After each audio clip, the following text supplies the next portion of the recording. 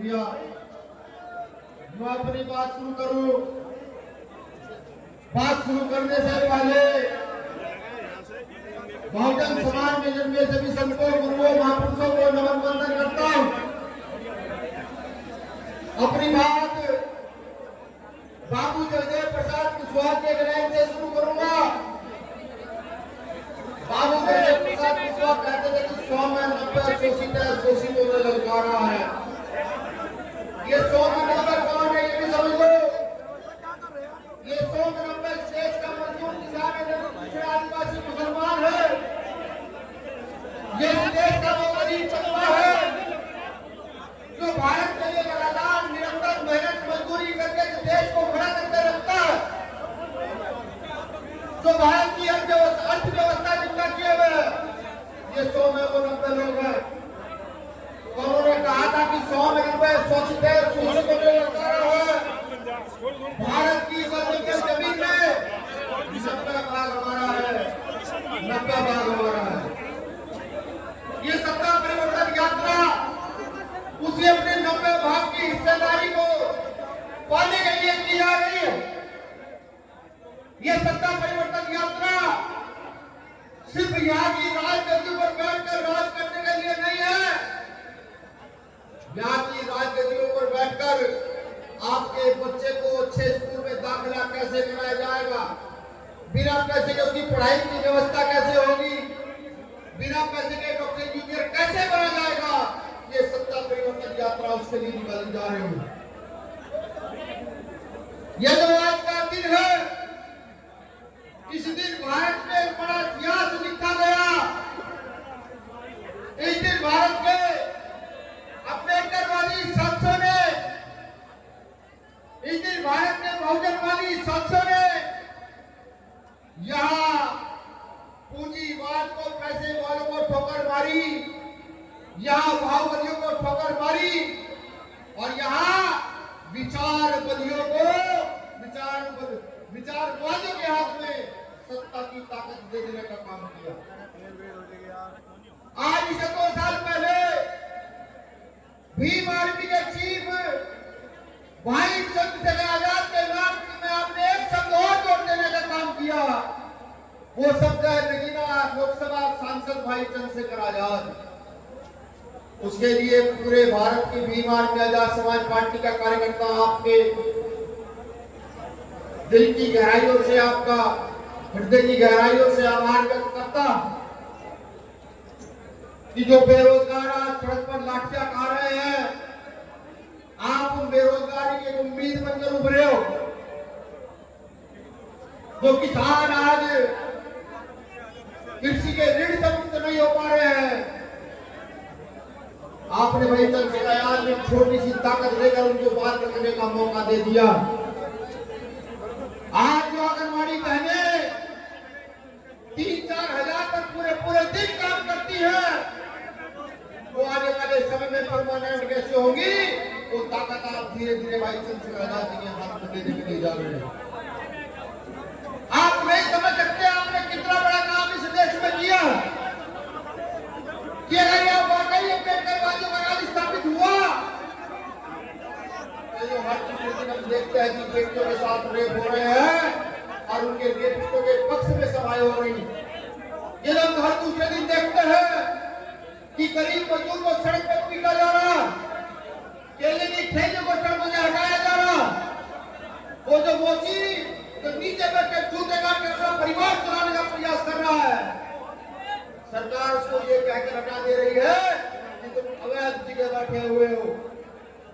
हालांकि सरकार यहाँ के नेताओं को, यहाँ के आकाओं को, यहाँ के व्यापारियों को 1 रुपये लीज में कई हजार एकड़ जमीन आवंटित कर देती है, लेकिन जब गरीबों की झुग्गी झोंपड़ी की बात आती है या किसी गरीब को 2 गज जमीन देने की बात आती है तो सरकार अपना कदम खींच लेती है। आपको यह भी समझना होगा कि ऐसा क्यों है। यह ऐसा इसलिए है कि एक कहावत है बहुत पुरानी, अपने क्षेत्रों में अपना होता अपनी मरोड़ को फोड़। इसका सीधा मतलब है जिसकी सरकार होती है वो उन्हीं लोगों के लिए काम करता है। ये मौजूदा सरकार व्यापारियों की, पैसे वालों की सरकार है। ये मौजूदा सरकार व्यापारियों को भला चाहेगी, पैसे वालों को भला चाहेगी, मजदूर किसान का भला बिल्कुल नहीं चाहेगी। और अगर सत्ता परिवर्तन यात्रा सफल कर दी आप लोगों ने और यहाँ एक मौका दिया आजाद समाज पार्टी का सिराज को, भाई चंद्रशेखर आजाद को, तो सरकार यहाँ के दलित पिछड़े मुसलमानों की सरकार होगी, वो सरकार यहाँ के मजदूर किसान की सरकार होगी, वो सरकार यहाँ के बेरोजगारों की सरकार होगी, वो सरकार यहाँ जो लोग खाली हमें नौकरियां लगनी चाहिए जिन लड़कों की है उनकी सरकार होगी, वो सरकार यहाँ जिन पर जमीनें नहीं है उनकी सरकार होगी, वो सरकार आज नशे की हालत में इतनी हत्याएं रोज होती है, इतने लोग मर जाते हैं, वो उन माँ बेटों की सरकार होगी, नशे से पीड़ित है वो उनकी सरकार होगी। अब आपको ये सोचना है, अब आपको ये जानना है कि आपको कहां चलना और किस दिशा की ओर चलना। क्या आप नहीं चाहते आपके जिले के डीएम का बेटा, आपके जिले के विधायक का बेटा एक जैसे स्कूल में पढ़े? क्या आप नहीं चाहते कि आपका अगर बुखार कर जाए तो आपका भी इलाज उसी हॉस्पिटल में हो जिसमें अमीर और पैसे वाले व्यक्ति का इलाज हो रहा है? क्या आप नहीं चाहते कि आपके घर का बच्चा भी जो सुविधा जो जहाँ नौकरियां खाली है, पैनलों खाली है, कि आपके घर का बच्चा भी वहां जाकर अच्छी नौकरी कर सके? आप नहीं चाहते। और अगर चाहते हैं तो सारा काम तो भाई चंद्रशेखर आजाद नहीं कर सकते। अगर आप ये सोचना कि नहीं चंद्रशेखर भाई सारा काम कर देंगे, तो नहीं, वो अपना काम करेंगे, आपको अपनी जिम्मेदारी निभानी होगी। अगर हम सब मिलकर के हर रोज 5 मिनट आजाद समाज पार्टी को देना शुरू कर दे और जी फोन के माध्यम से यार दोस्त रिश्तेदारों में फोन करना शुरू कर दे कि सारी पार्टी देखिए और तुम्हारा आजाद समाज पार्टी ये कहना शुरू कर दे, तो मैं ये कहता हूँ सन 2027 में यहाँ का गरीब अपने आप को मजबूत महसूस करेगा, यहाँ का किसान बहुत महसूस करेगा। आज जिन मेले वालों की, जिन सेब वालों की, पपीते वालों की, जिन चने मुरमुरे बेचने वालों की ठेले को सड़क से हटाया जाता है, वो वहां पर ठेले पर बैठकर अपने आप को मजबूत महसूस करेगा कि नहीं, मेरी सरकार इस प्रदेश को भाई चंद्रशेखर आजाद लेकर बनाए। और अगर आप ये चाहते हैं तो थोड़ी मेहनत करना शुरू करें। ये जो सरकारें आज हमें रोकने का काम कर रही है, उन सरकारों को बताओ कि तुम्हारा अटैक हमें अच्छा लगा कि हमारे छोटे कार्यकर्ता के यहाँ भी तुमने 10 पुलिस वाले उठाए, ये डर भी मालूम को अच्छा लगा, जाकर तुमको बता दो।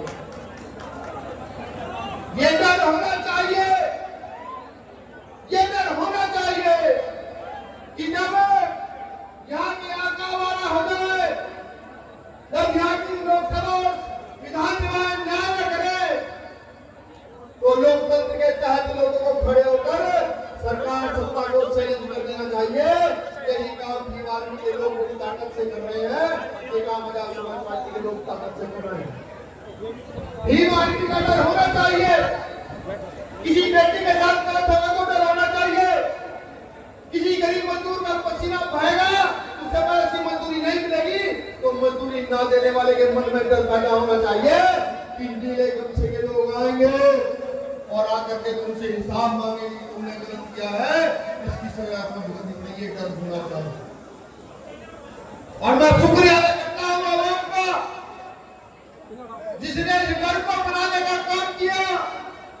मैं शुक्रिया करता हूँ अपने एक कार्यकर्ता का, जिसने ये बताने का काम किया कि हम चाहे एक रोटी कम खाएंगे लेकिन डॉक्टर अम्बेडकर के इस कारनामे को बड़ी मजबूती से आगे की ओर बढ़ाएंगे। मैं शुक्रिया करता हूँ, शुरू करता हूँ सबके कार्यकर्ताओं को। मैं एक बात और आपसे कहूंगा